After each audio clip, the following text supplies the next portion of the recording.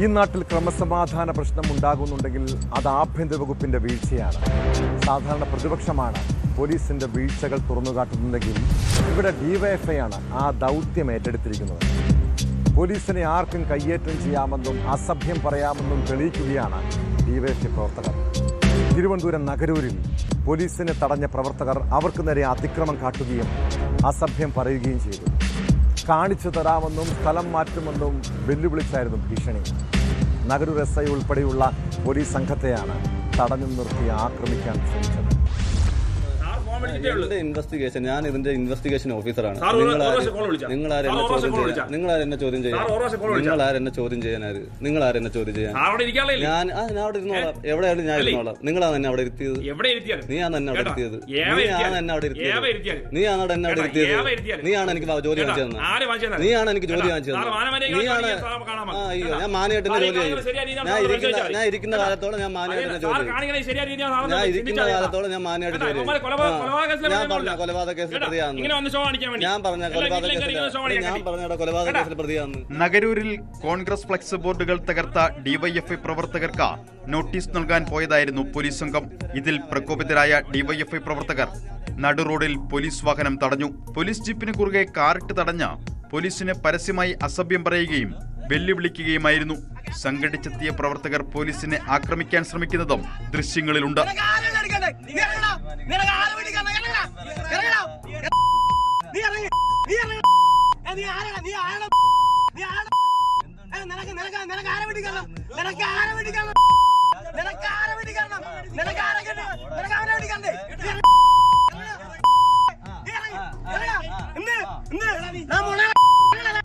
നിന്നെ വിളിക്കാണ്, നിന്നെ പച്ചക്കറിയാണ്.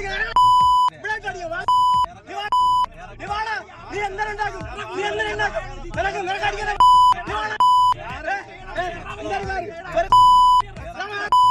നിനക്കുണ്ടാക്കണ്ട.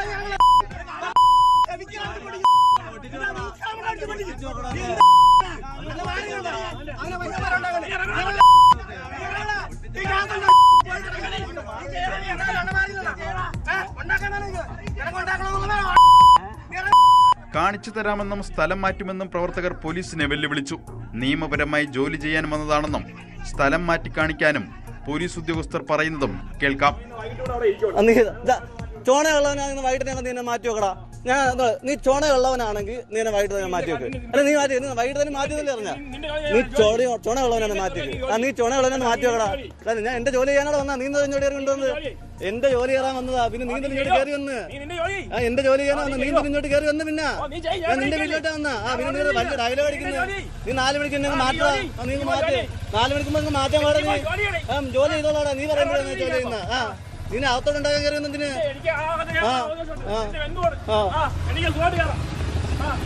ഷോ കാണിക്കാതെ. പിന്നെ മന്ത്രി വീണ ജോർജിനെ ആക്രമിച്ചതിൽ പ്രതിഷേധിച്ച് കഴിഞ്ഞ ദിവസം ഡിവൈഎഫ്ഐ വെള്ളല്ലൂർ മേഖലയിൽ പ്രതിഷേധ പ്രകടനം സംഘടിപ്പിച്ചിരുന്നു. ഇതിനിടയിൽ പ്രതിഷേധക്കാർ കോൺഗ്രസ് പ്രവർത്തകരുടെ ഫ്ലക്സ് ബോർഡ് നശിപ്പിച്ചു. കോൺഗ്രസിന്റെ പരാതി പ്രകാരമായിരുന്നു പോലീസ് നടപടി.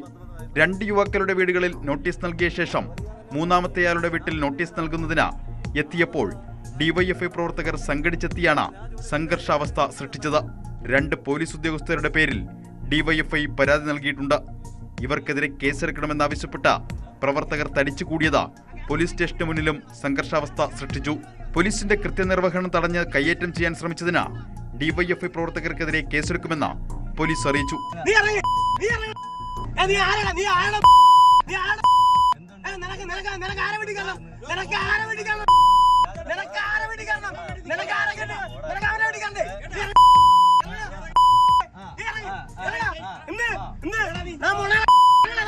ന്യൂസ് 18 ആറ്റിങ്ങൽ. കൂടുതൽ വാർത്തകൾക്ക് news 18 Keralam YouTube channel subscribe ചെയ്യുക.